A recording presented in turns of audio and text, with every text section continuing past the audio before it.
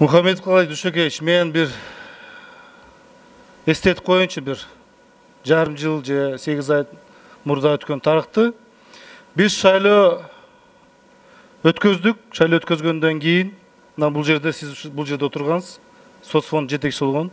Бүт бул жерде парламентте депутаттардын баарын соцфонддун тарифи боюнча аябай көп сөз көтөргөн. Ошондо сиз айткансыз, март айында биз жаңы мыйзам алып келебиз. Жаңы мыйзам келди. Ошондо сиз айткансыз, биз жетекчилерге буйрук бердик, жетпей калса кошуп бересиз.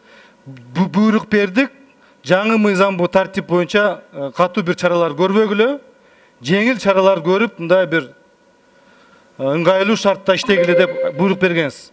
Азыр сиз мына Исхак Айтбаев суроо берип калды, сиз азыр башкача айтып калдыңыз.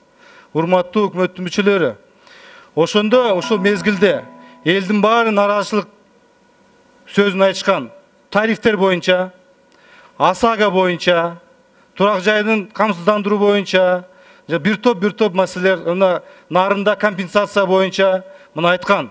Ошондо парламент сиздер менен чогуу ошол маселени чечип, көчөдөгү кыгырып аткан оппозициялардын оозун жаптырып, биз ушул маселени разрядка кылганбыз. Азыр сиз айтып атасыз, бул жерде ошол мурдагы иштеп аткан азыр мыйзам менен тарифти алабыз деп атасыз.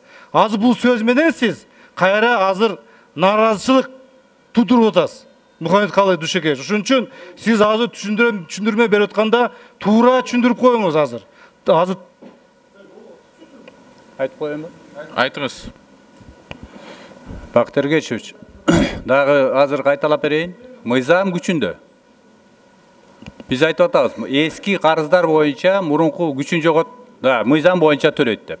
Бирок азыркы жанагы нааразы болуп жүргөн мыйзам боюнча биздики түшүндүрүү иштерин жүргүзүп, эмне үчүн көтөрүлгөн, кандай кыйынчылыктар алып келет, же болбосо келечекте пенсиясы кандай болот, ушул маселелер боюнча иш жүрүп. Өзүңүздөр тапшырма бергенсиздер ошол боюнча.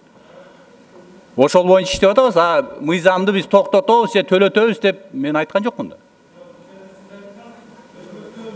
Өзгөртөбүз деп айтканбыз, бардыгыбыз айткан, мен да айткам.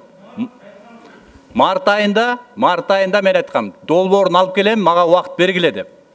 Андан кийин айтканбыз, мыйзамдын өзүнүн кабыл алынышы жарым жылдын ичинде болот, жарым жыл убакыт бергиле дегенбиз. Келди ошол мыйзам.